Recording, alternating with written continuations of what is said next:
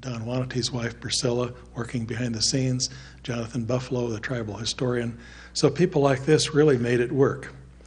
Moving on to artifact acquisition. That was another thing that sort of had to go on because even though the Natural History Museum has great collections, there wasn't a lot around to use in the cultural sequence.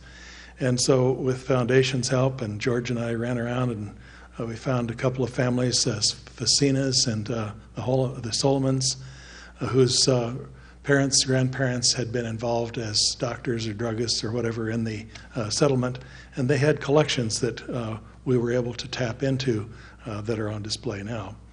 Also, there were some publications that came out of this because one of the specimens was here in the museum, Powashik's Cape. You've probably all seen it in the Meskwaki exhibit. Powashik's daughter made it for him. He gave it to Dr. Murray, he was the first doctor in Iowa City for treating his band for smallpox. So it came into the museum in the very early days. And I was interested in this specimen and hadn't seen others, and so I published a short article and just announced that it was here. And then I talked to Nancy Lurie from the Milwaukee Public Museum because she's a specialist in the ethnology of the Great Lakes region. And I said, Nancy, you know, where have you seen these things before? She never had. So out of this came a worldwide survey that we did, and we found 52 other capes. And after all the attributions were studied and all the capes were recorded, the only one with any real documentation that you could believe in was Powashik's Cape. So there's an article up here in international magazine called Tribal Arts that tells about Powashik's Cape and the other capes. So research was coming out of this. Also, Joe Tiffany, tell me when my 7 minutes are up. Joe Tiffany worked with me at the State Archaeologist's Office, and he got a grant from the National Endowment for the Humanities because Charles R. Keyes had collected a lot of artifacts during WPA time, and Joe was in the midst of cataloging and systematizing 100,000 artifacts from the Keyes collection, and many of those were drawn into the Iowa Hall project and are on display now. There was also student involvement. Right on the spot, there were a couple of experimental archaeologists that were in the anthropology department that were my students, Toby Morrow and Dan Zwiner. They had both worked with me on a project over at Living History Farms where we created the Iowa Village. And so they were ideally suited to create the Clovis points and to advise us on plants and seeds and things like that that could be used in the cultural sequence. And finally, a little bit of a story about my experience with Don Wanete when the grant that we submitted to the National Endowment for the Humanities for the cultural sequence of the Meskwakis. When that grant went in, we were very hopeful that we would get $112,000 for the cultural sequence, specifically for Meskwakis. We were sort of dumbfounded when the answer came back no, and then we read the comments and we didn't like the way it sounded. And so Don got on an airplane, went with me to Washington, D.C., and we sat down in front of the program officer and said, tell us what's wrong with this grant. And he opened it up and paged into it, and he said, well, there's a lot of mistakes. He says, for example, it says the word wikiup is used. That's the Meskwaki house. He says, that's a Mohawk term. That's ridiculous that you'd use that. And Don squinted his eyes down and leaned right out in front of him and right in front of his face, and he says, we call them wikiups. And so they had also said that our plan was, he called it a poor pop art parody. And so we pinned him down on that, and he didn't know what he meant. I think he just read it in a magazine. But anyway, we were kind to him, and he was kind to us, pretty much. And a few weeks later, we got word back that they'd reconsidered, and they gave us the $112,000. And so it reaffirms my belief that Indian advisors are important. They were then, they are now. I know the couple of artifacts, 3 or 4, have been lost to repatriation. My advice on that is simply to get some of these experimental types, and I met one of them over at the State Archaeologist's Office this morning, and just say, make me one of those flutes, bone flutes, make the things that are missing. They could do that, and it could be incorporated into the label copy as a replica of a repatriated artifact.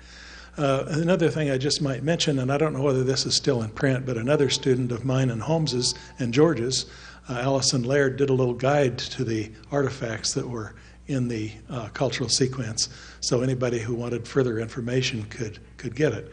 So I think the students benefited, the Indians benefited, we all benefited. The general public, I think, is the great beneficiary. It's hard to believe that the exhibit looks so crisp after 25 years. I haven't been here for 24 years, and so I was as amazed, I think, as anybody else.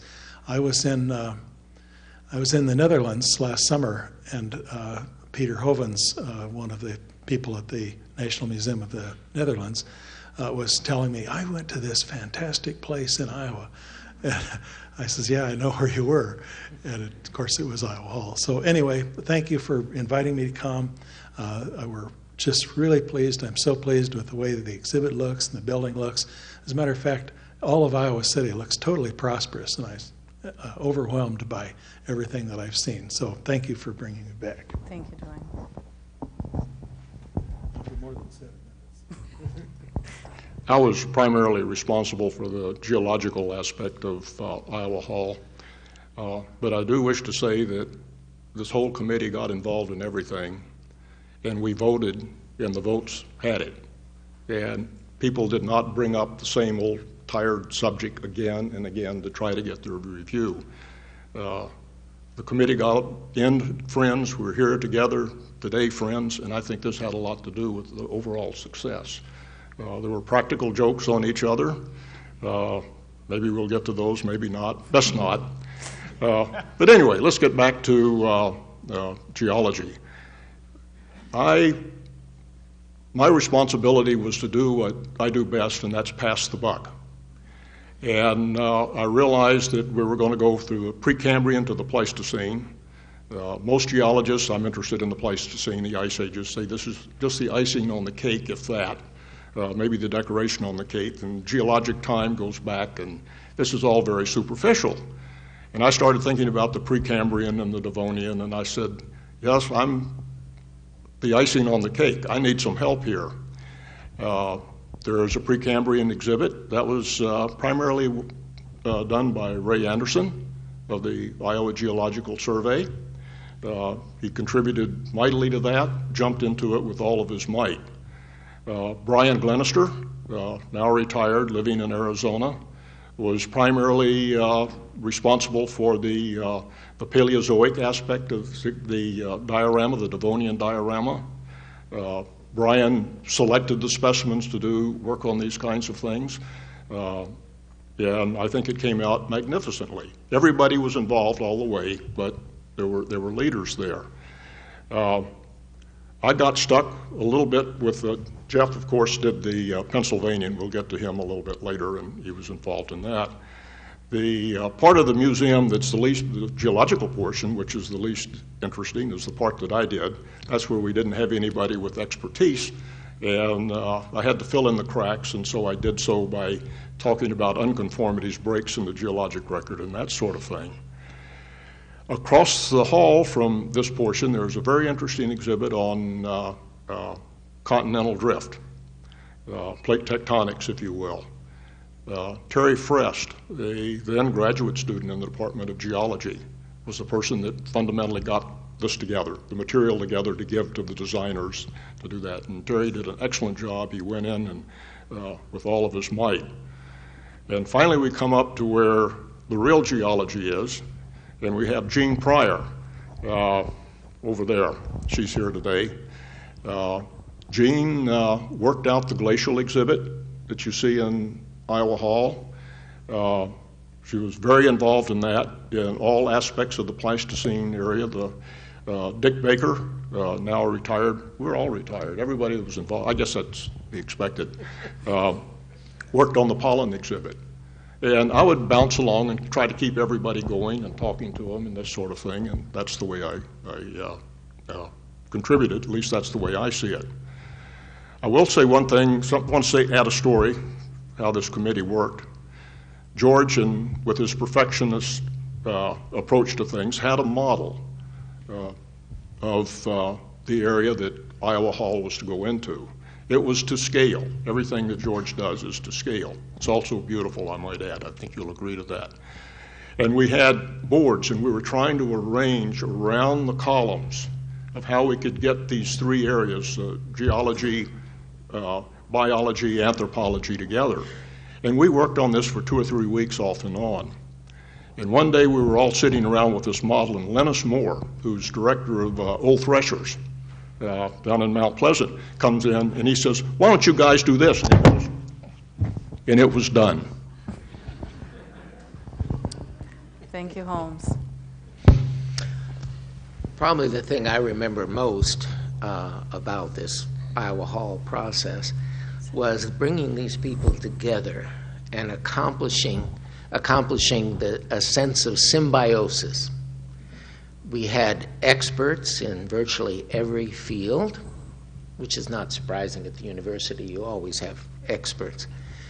But we also had the advantage of being able, by having people that were not experts in various areas, to work together and get fresh view, fresh eyes on things.